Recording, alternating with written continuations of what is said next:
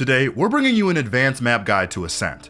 We'll be going over strategy, practical things you can do along with your duo or even with a full stack, as well as agent compositions and some advanced tips you ought to know about the map. By the end of it, you'll have an answer to every common problem you might face in ranked. So let's jump right in.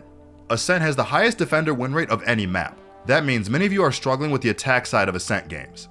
You know those games where no matter what, your team just doesn't make it out of A main or B main, and you end up just sitting there all round? Or worse, you do push and everyone dies before they're even on the other side of the smoke? Don't worry, it's not just you. That happens a lot. Here's how you fix that and get the momentum rolling on the attacker side. A lurker. The problem with committing all 5 players to one side of the map and getting stuck there is that it gives up a huge amount of map control to the opposing team. If you're all in B main sat behind a smoke, any enemy who pushes up and looks for information at mid and A is going to find no resistance. You could end up with 4 defenders on the site and one getting ready to flank you by the time the smoke fades. So if you can't hit the site fast, you're going to run into lots of trouble. How does a lurker solve this problem?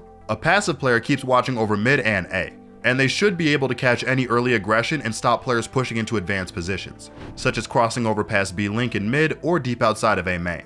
If your lurker can stay alive, that means all you'll need to rotate quickly is a smoke in the archway at lower mid. You can get to B main from catwalk in no time because there will be far fewer angles to worry about.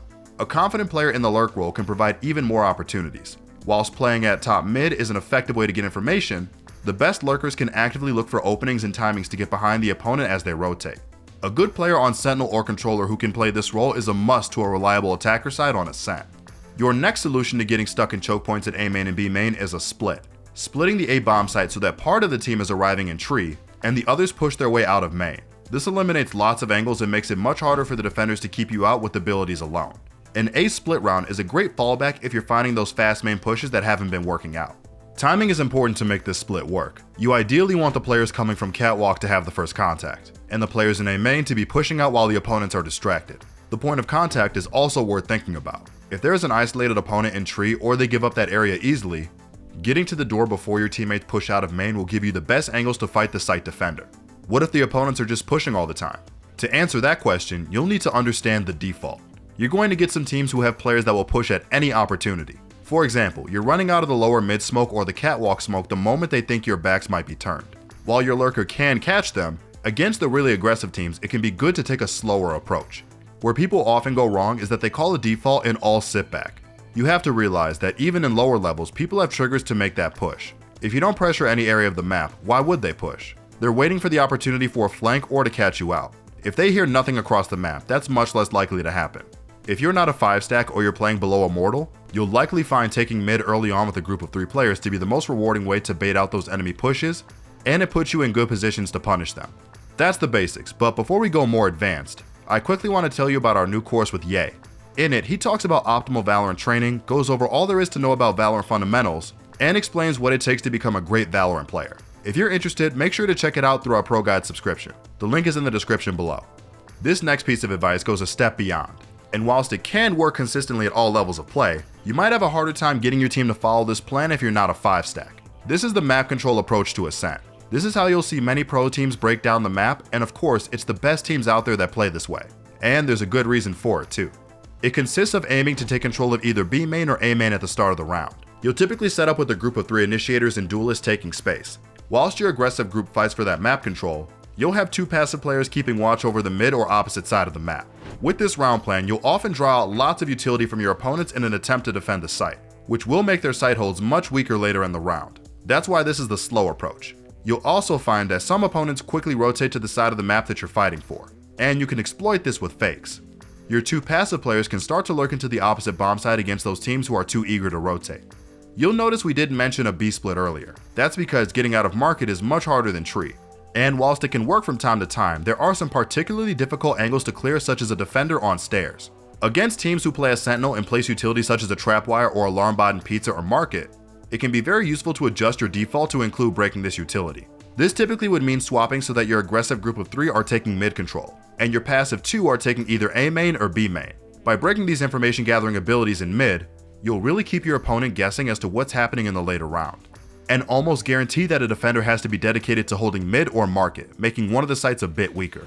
Now, working out the attack side was just half of the puzzle. Whilst it's certainly a little easier to defend on Ascent, here are a few tips and tricks to make your defense unbeatable. Now this might sound simple, but if you're playing on A or B, the key to consistency is to not play it alone. The more you can coordinate what you do with your teammate on site, the better.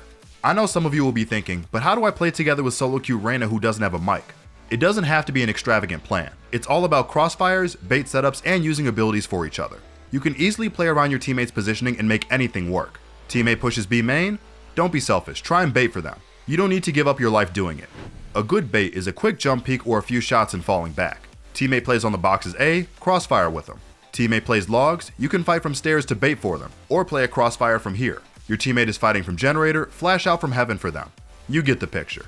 And of course, if you can communicate, you only make these plays better and have more options at your disposal.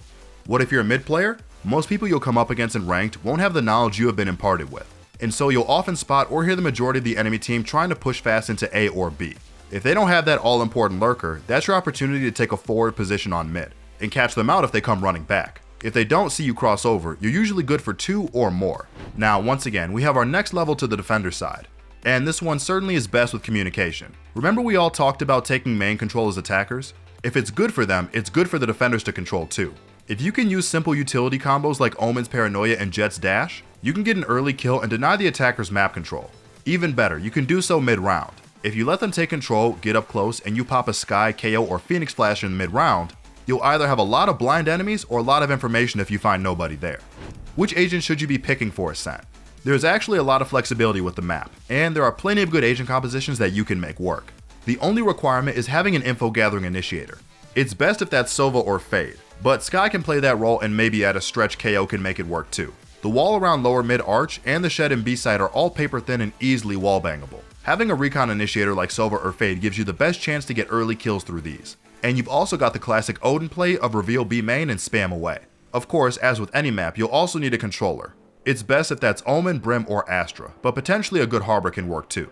Cypher and Killjoy are preferable sentinels to Sage for their information gathering. And finally, for the duelists, Jet and Raze can offer more than most because of their effective space making when it comes to entering the sites. So to summarize Ascent, on attack always have a lurker, and someone who can watch over mid and listen for A pushes that makes a big difference to your options. If you do commit all 5 players to one site, you'd better go fast. Splitting A is much more reliable than trying to force your way through A main alone.